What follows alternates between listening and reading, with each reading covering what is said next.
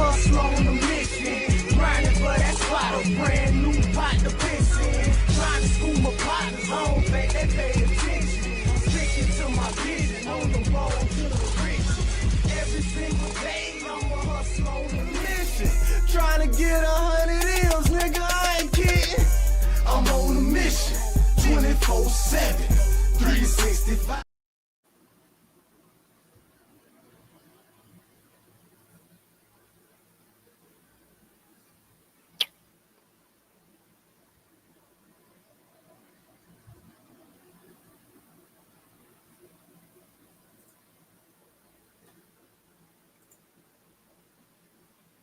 Young Thug tweeted something out earlier this morning that really pissed off Atlanta PD, and they've been working all morning to debunk it. So we'll get to exactly what Young Thug tweeted out later on in this video. But before we can get there, we have to give you guys a little background into exactly how we ended up in this situation. When it was announced that young Scooter had tragically passed away a couple of days ago after an interaction with the police, people in Atlanta was preparing to boycott, to riot. They were preparing to really burn down the city because it was announced that young Scooter was shot and killed by the police.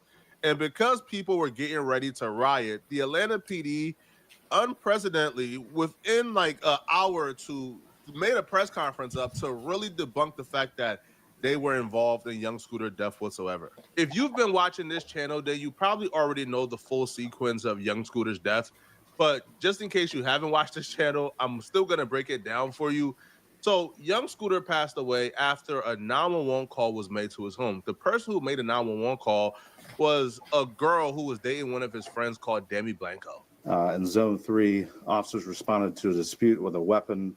It was advised in the call remarks that shots were fired and a female was dragged back into the location. Once officers arrived, they knocked on the door. A male opened the door and immediately shut the door on the officers. The officers then established a perimeter. During the process of establishing the perimeter, 2 males fled out of the rear of the house. 1 male returned back into the house. The other male jumped 2 fences as he was fleeing. When officers located him on the other side of the fence, he appeared to have suffered an injury to his leg. Officers rendered aid, and he was transported to Grady Hospital, where he was pronounced deceased. That male is going to be a 39-year-old male out of Atlanta.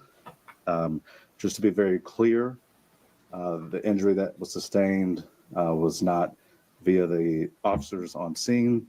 It was when the male was fleeing. Performing on the biggest stage in the world was just one step in my journey. Hi, I'm Ronnie, and I teach people all over the world how to dance with their dogs on my website. After this press conference, them telling what exactly took place and them promising to release the body cam, a lot of the attention and backlash switched to the woman who made the fake police call that led the police to go in there, that led Scooter to fleeing the house, that led him to ultimately breaking his leg. She was getting the bulk of the attention and the bulk of the backlash. Like, it's bad for her, bro. Like, even the police is currently looking for her.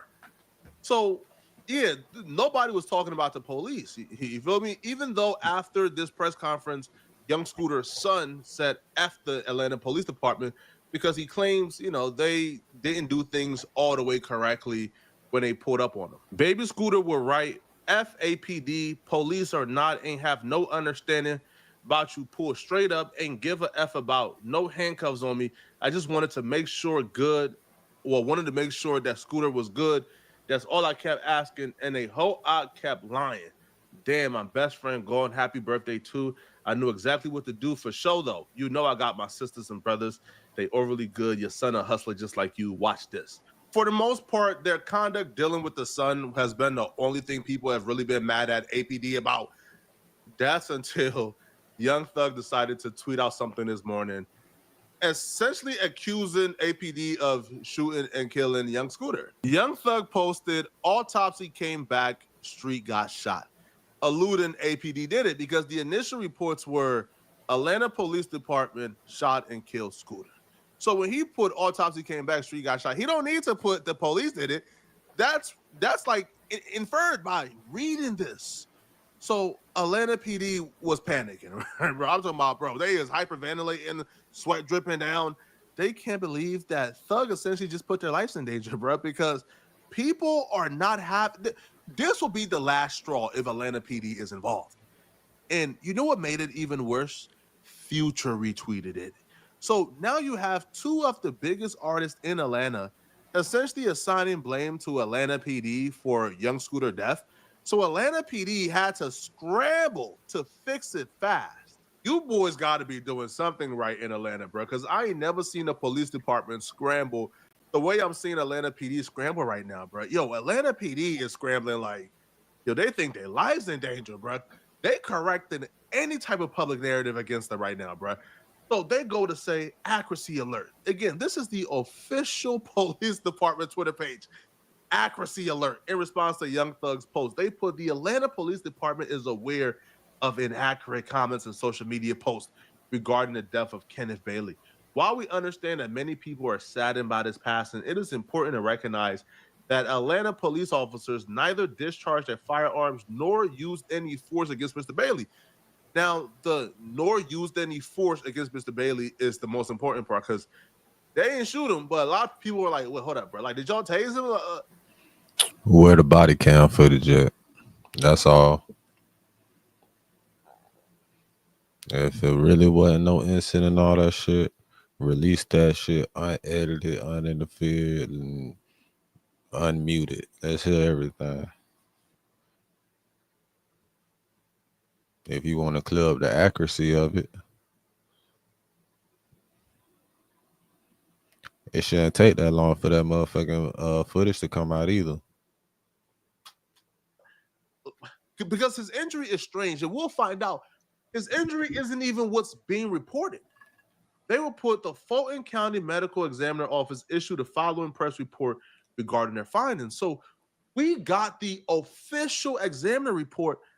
Yo, and this is stranger than I thought. So I thought that young Scooter broke his legs, right, when he fell down on like impact. Come to find out, that's not what happened at all. So come to find out, young Scooter, Kenneth Bailey, the Office of the Fulton County Medical Examiner Office performed an autopsy on Kenneth Bailey on Saturday, March 29, 2025. Cause of death, penetrating injury of the right thigh, manner of death, accident. Young Scooter didn't die from breaking his leg. Young Scooter died from wood penetrating his thighs, from getting essentially stabbed in the thighs by the fence. He put Mr. Bailey sustained a penetrating injury of his right thigh that created marked blood loss. The injury was not a gunshot wound. Mr. Bailey injured himself on organic wooden fencing material and or woody debris after vaulting at least one fence.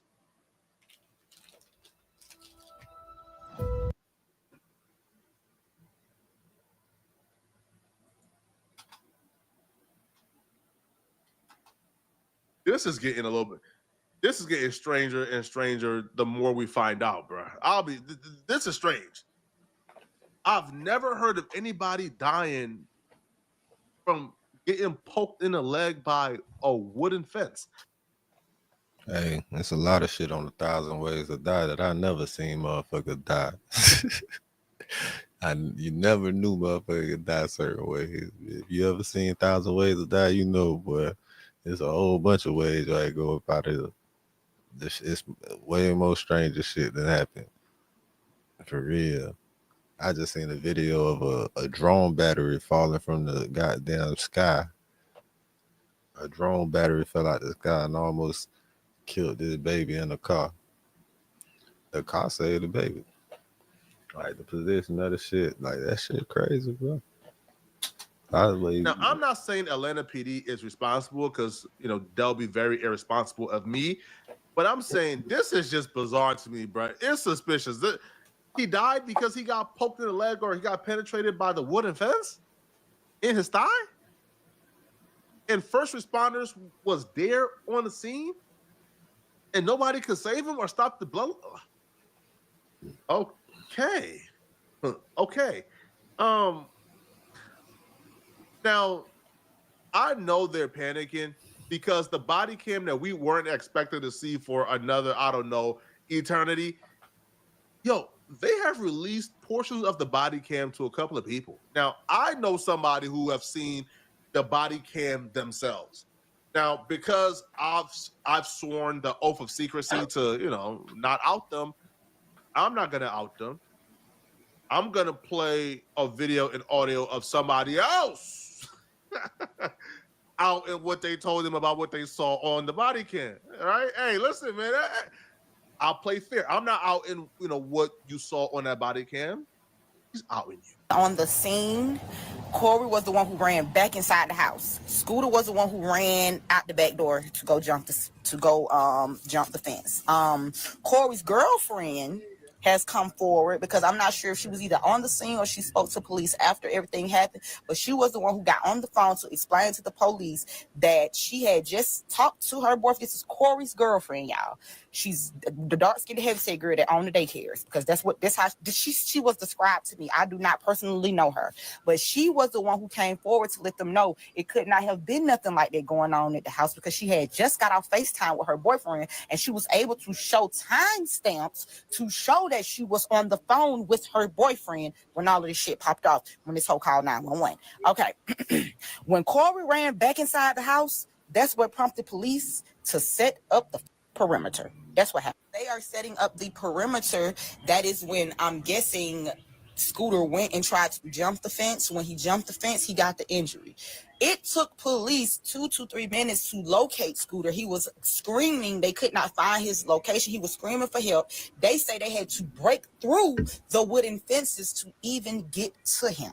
So they broke the wooden fences. It's on the body cams, in which my source has actually seen the body cam, so she knows what she's talking about. So like she said, she's seen the body cam, and in the body cam, they are rendering him aid. They're trying to get everything. They did everything in their power to save Scooter's life.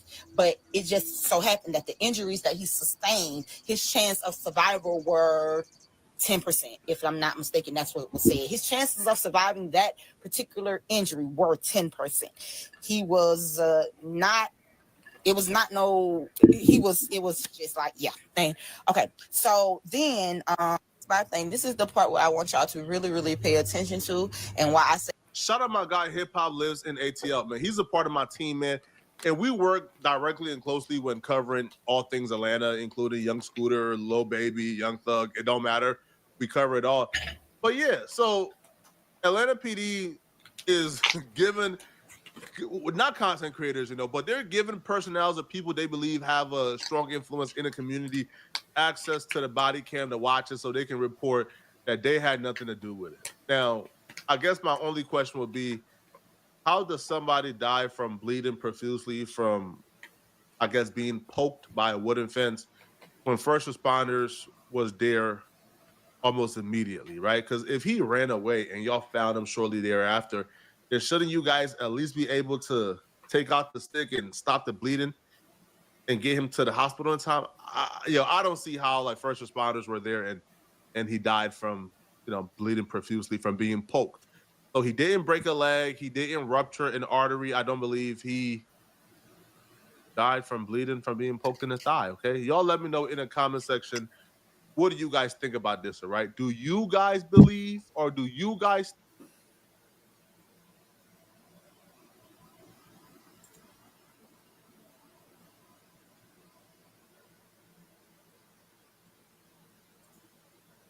Hey, I'm a hustler on them